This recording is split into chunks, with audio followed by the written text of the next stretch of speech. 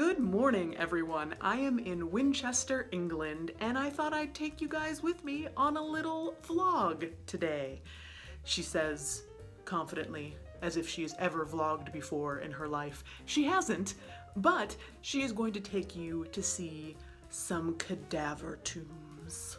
Okay, adventure awaits. Not like real adventure, but we're going outside, so To get to the cadaver tombs, I am walking through West Hill Cemetery, which, ooh, so pretty. It was established in the mid-19th century, and it stopped burying people here in like 1950, I think, but it is so English. I think I'm going to insert some royalty-free music over this quaint majesty.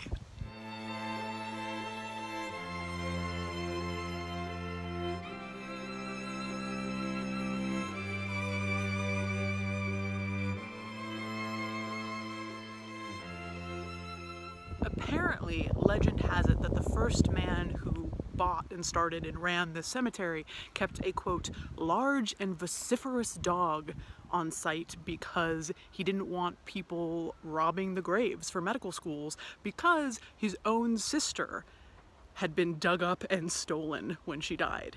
And that was very sad for the family, as you can well imagine. Another fun green death fact is that they used to use chemicals and sprays and mowing to keep the cemetery from being overgrown, but now they only mow it once a year and they try and promote the native flora and fauna. All right, now we're on this lovely little path. Are those cats?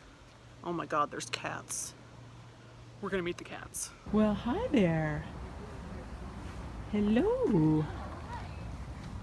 Do you want to go see some cadaver tombs? Take me with you. How about this guy? Cadaver tombs? You want to just lick yourself? That's fine too. That's also a fun day. We are approaching Winchester Cathedral and she is looking positively medieval today. Just great.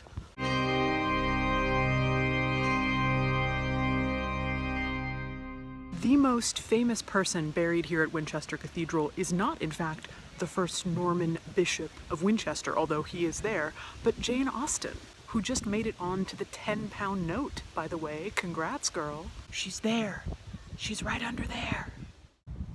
So you know that this vlog had one job, and that job was to find you the cadaver tombs. So I go to Winchester Cathedral, and apparently there is some BBC choral performance thing going on, and they have closed off the cadaver tombs.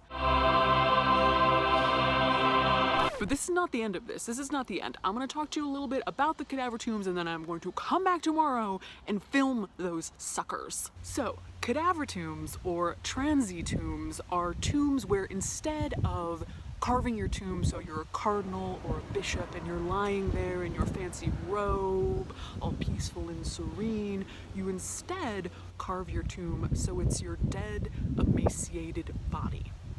And the versions of these in England, of which there are 38 remaining, I believe, are actually a lot less rotty, decomposy than in other countries, where you might have worms coming out of your eyes or frogs on your genitals. I'll insert pictures here.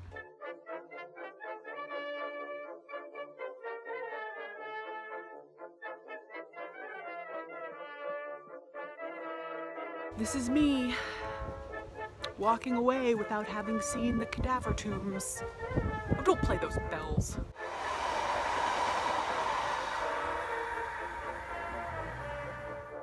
The tombs are open. Day 2. I repeat, the tombs are open. We are heading toward the tombs.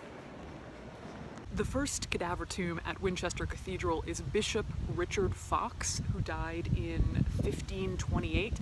One of the cool things about him is that he's one of the people who commissioned this tomb during his lifetime. So he got to look at his dead, shriveled body before he actually died and reflect on that, presumably. The second cadaver tomb here is Stephen Gardiner, who died in 1555, and his body is there in the tomb, but after he died, he was immediately eviscerated and all of his intestines were taken out and put in the altar of another church. so he's not all there.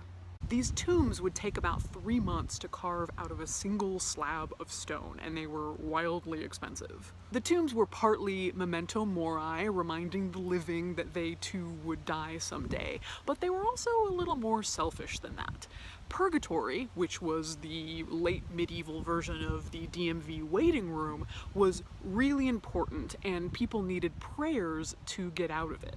So you'll see on these tombs inscriptions like, "I am what you will be, and I was what you are. Pray for me, I beseech you." Your physical dead body, until it decomposed down to a skeleton, could still feel pain, or so they thought. So it was like, "Look at me, I'm so dead and sad, and pray for me." I'm finally in there filming the cadaver tombs, and the sweetest old lady tour guide comes up behind me and says, "Love, do you know why this tomb is shaped like a cadaver?" And I was like, yes I do. We did it. Walking away from the cathedral now.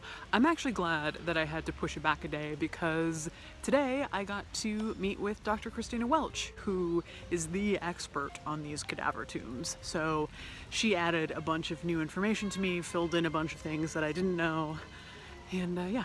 I love late medieval iconography. This is Eleanor Crook. She is a sculptor, and she is making the first British carved cadaver in 500 years.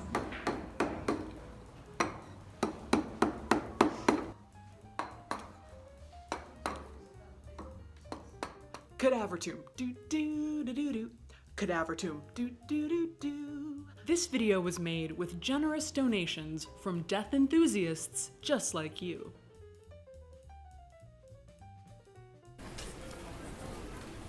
No thanks.